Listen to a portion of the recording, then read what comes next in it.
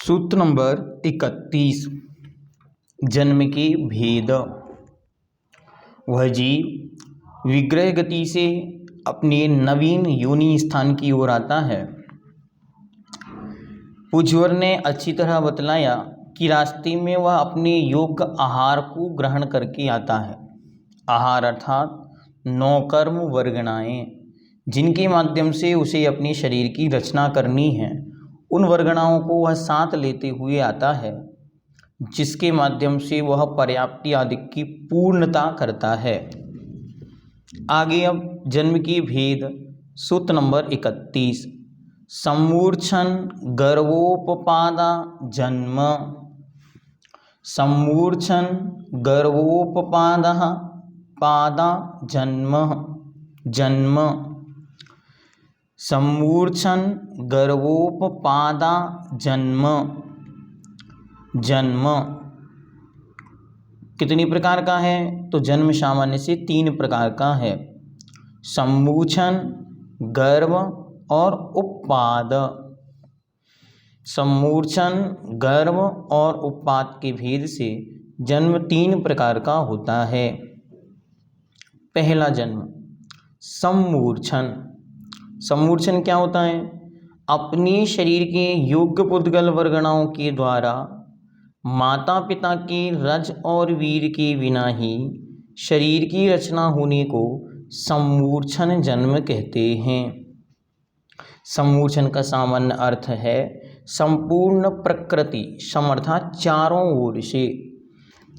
ओर से अपने योग्य पुद्गल वर्गणाओं को ग्रहण करके जो जन्म होता है वह सम्मूर्छन जन्म कहलाता है। उसमें न किसी माता की आवश्यकता होती है, न ही किसी पिता की आवश्यकता होती है। माता पिता के बगैर ही, उनके बिना ही वह जीव अपने योग्य पुद्गल वर्गणाओं को एटमॉस्फेयर से ग्रहण करके और उनका जन्म होता है।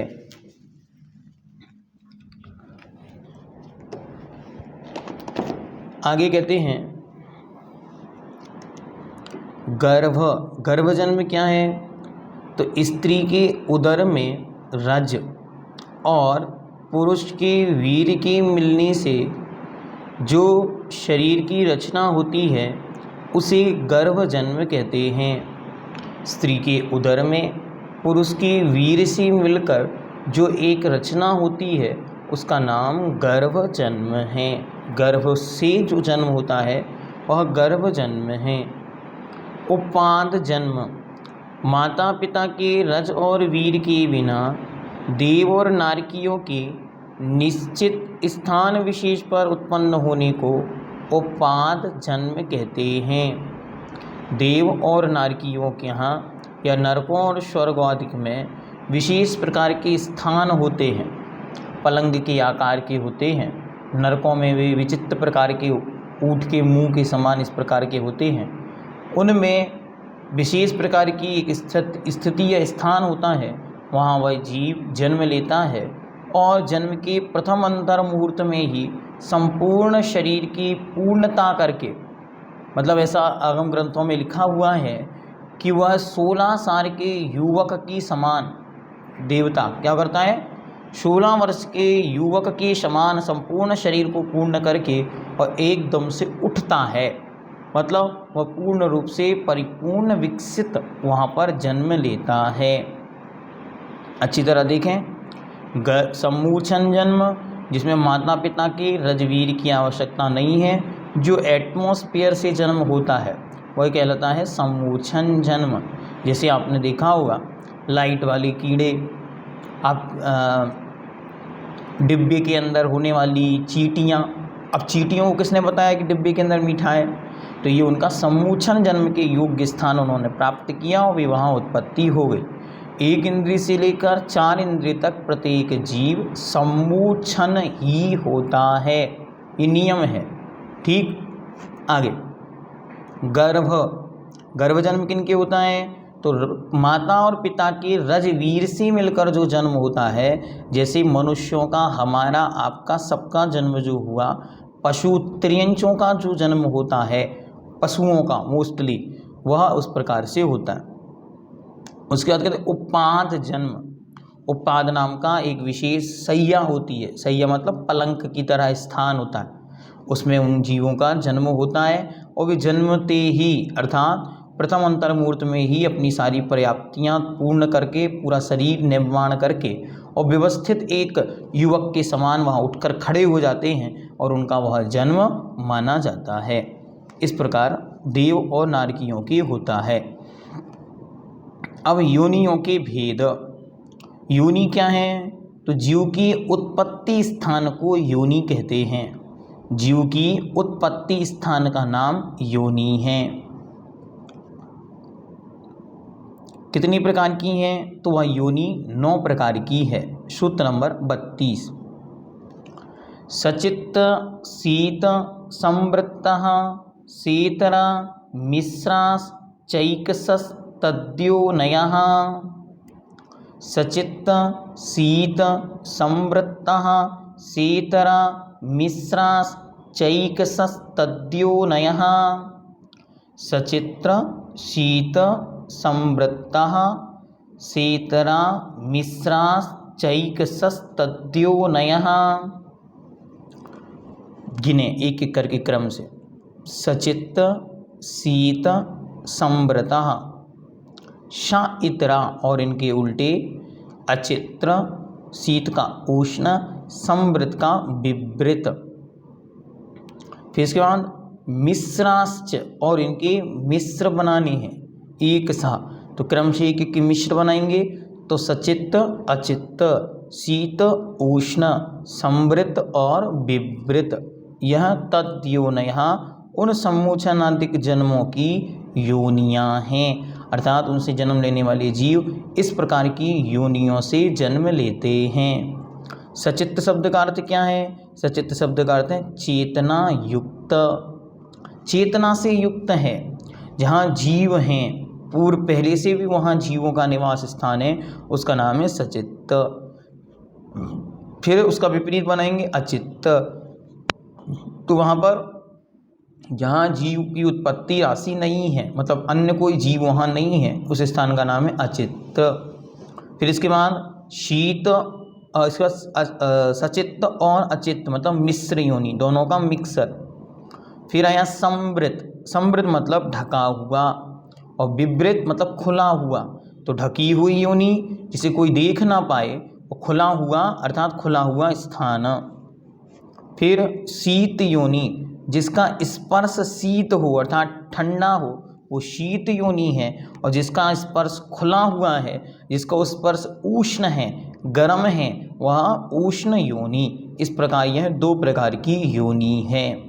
इस प्रकार यह 9 प्रकार की योनि होती है। फिर से देखें, सचित्त अर्थात जीव शहद, अचित्त जीव से रहित, सचित्त चित्त अर्थात मिश्र, संवृत ढकी हुई, विवृत खुली हुई, और संवृत विवृत अर्थात मिश्र योनि। शीत अर्थात स्पर्श में शीत, उष्ण स्पर्श में उष्ण, और शीतोष्ण अर्थात मिश्र योनि। अब किनकी कौन सी योनि होती है, इसके विषय में आगम ग्रंथों में विस्तार से वर्णन मिलता है। पूज्य ग्रंथराज योनि पाहुड़, जिसको जोणी पाहुड़ या जोणी प्राभृत नाम का ग्रंथ है, आचार्य प्रवरधर सेन स्वामी उसके रचयिता माने गए हैं। उस ग्रंथ में इसकी बहुत विस्तार सा चर्चा है। देव और नारकियों की अचित्त योनि होती है। देव और नारकी जिस सैया पर जन्म लेते हैं वहाँ जीवों की उत्पत्ति नहीं है, वह स्थान अत्यंत अचित्त है। गर्भजों की मिश्र योनि होती है, और गर्भज जीव जहाँ जन्म लेते हैं वहाँ पिता का वीर्य तो एक प्रकार से अचित्त माना गया है, और माता की रज वो सारा स्थान वहाँ अचित्त माना गया। सो दोनों को मिलने से चित्त सचित्त माना गया, सो दोनों मिलकर मिश्र योनि बनती है। समूर्छनों की 3 प्रकार की योनियाँ होती, अर्थात उनकी अचित्त भी होती है, सचित्त भी होती है, और मिश्रादिक भी होती है। साधारण शरीर वाले जीवों की सचित्त योनि होती है, क्योंकि ये एक दूसरे के आश्रय से होते हैं। इसके अतिरिक्त शेष समूचन जीवों की अचित्त और मिश्र दोनों प्रकार की योनियाँ होती हैं। देव और नारकियों की शीत और उष्ण दोनों प्रकार की योनियाँ होती हैं। पहले 5 स्वर्गों तक, पहले 5 नरक, 5वें नरक के भी कुछ पार्ट तक पूर्णतया उष्णता होती है और नीचे 5वें के आधे भाग के बाद से और नीचे 6वें और 7वें नरक में वहाँ पर अत्यंत शीतलता होती है। तेजस्वी कायक जीवों की, तेजसकाय जीव अर्थात अग्निकायक जितने भी जीव हैं उनकी उष्ण योनि होती है। इनके अतिरिक्त अन्य जीवों की योनियाँ 3 प्रकार की हैं, शीत भी, उष्ण भी और मिश्र भी, शीतोष्ण भी। देवनारकी और एक इंद्रियों की संवृत योनि होती है, संवृत अर्थात ढकी हुई, तो देव नारकी और एक इंद्रियों की ढकी हुई होती है। विकलेंद्रियों की विवृत योनि होती है अर्थात खुली हुई योनि होती है, तथा गर्भजों की मिश्र योनि होती है। इस प्रकार इनकी योनियों के विषय में जानना चाहिए। अब योनियों के विषय में और अगर विशेष अपन को देखना है तो जो विज्ञान के अंतर्गत जायगोट या फीमेल हॉर्मोन्स या जो अन्य प्रकार की एजुकेशंस वहाँ पर जो विज्ञान में साइंटिफिक स्टडीज़ बायोलॉजी के अंदर प्रस्तुत की गई हैं वहाँ से हम इनको मैच कर सकते हैं। तो बहुत सारा विषय वहाँ भी इनके विषय में उपलब्ध है। वास्तविकता में जो जन्म है उस जन्म का आधार स्थान क्या है, उसका नाम योनि है। जो 84 लाख योनियाँ होती हैं वे योनियाँ, और इन योनियों में बस इतना सा संबंध हमको जानना चाहिए कि वे जो योनियाँ हैं वे कौन सा जीव कहाँ जन्म ले रहा है, उस स्थिति विशेष का नाम वहाँ योनि है, और यहाँ पर कहाँ से जन्म ले रहा है उस स्थिति, उस प्लेस का नाम योनि है। इतना दोनों में अंतर है। अब कौन से जन्म वाले का कौन सा किस जीव का कौन सा जन्म होता है ये यहाँ पे बतलाते। गर्भ जन्म की स्वामी, गर्भ जन्म किन किन का होता है तो कहते हैं जरायु जांडज पोतानाम गर्वः, जरायु जांडज पोतानाम गर्वः, जरायु जांडज पोतानाम गर्वः, जरायुज अंडज पोतानाम गर्वः। 3 प्रकार के गर्भज जन्म वाले होते हैं।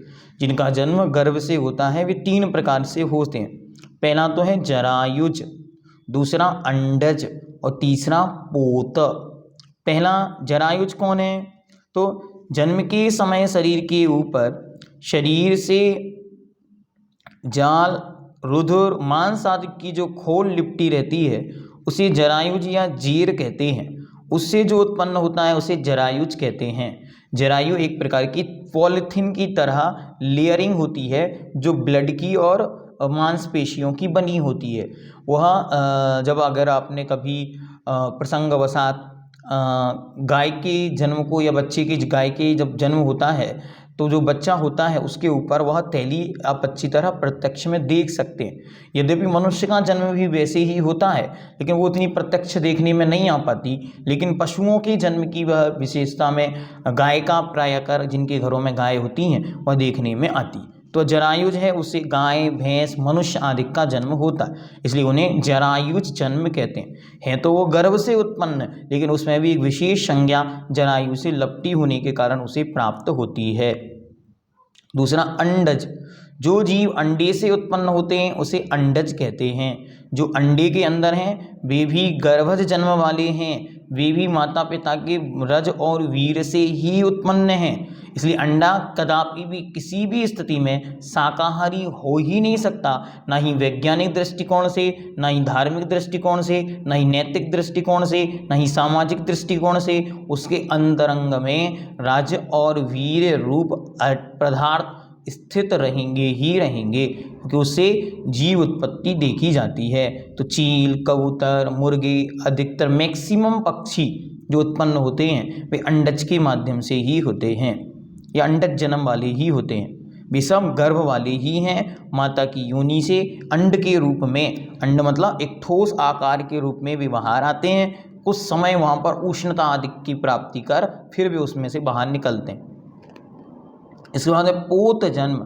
पैदा होते समय जिस जीव पर किसी प्रकार का आवरण नहीं होता और जो योनि से निकलते ही चलने फिरने लगते हैं उसे पोत जन्म कहते हैं। जैसे हिरण और सिंह, इनके बच्चे गर्भ से बाहर निकले और निकलते ही खेलना कूदना प्रारंभ कर देते हैं। उनके शरीर पर किसी प्रकार की खोल या लपेट या अन्य प्रकार की मांसपेशियों का कोई आवरण नहीं होता। इस प्रकार यह है गर्भ जन्म वाले बतलाए। गर्भ जन्म वाले 3 प्रकार के, जरायुज, अंडज और पोत। इसके बाद कहते हैं उपाद जन्म के स्वामी। उपाद जन्म किनके होता है? तो देव नारकाणा मुप्पादा, देव नारकाणा मुप्पादा, देव और नारकियों के उपाद जन्म होता है। देव और नारकियों के उपाद जन्म होता है। विशेष हमने आपको बतला दिया कि वहाँ एक सैया बनी होती है स्वर्गों में या देवों में, उस सैया के ऊपर वह जीव जन्म लेता है और 16 वर्ष की आयु के समान पूर्ण विकसित एक पुरुष के आकार में, या स्त्री जो देवियाँ होती हैं स्त्री के आकार में आवरण सहित बड़ी सुंदर व्यवस्थित उसमें से निकलते हैं। जो नरक होते हैं उन नरकों में छत के ऊपर इस प्रकार से औंधा मुख लिए हुए, मानो कोई बोतल है खाली करके आप इस प्रकार से उसे करेंगे छत के ऊपर से, तो इस प्रकार वह वहाँ से उनका जन्म होता है। वहाँ से एकदम से नीचे वह गिरते हैं और नीचे हजारों प्रकार के अस्त्र शस्त्र लगे होते, उन पर जाकर वह गिरते हैं। इस प्रकार उनका जन्म होता है। इसके बाद कहते हैं समूचन किनका होता है? शेषाणाम समूर्छनम, शेषाणाम समूर्छनम।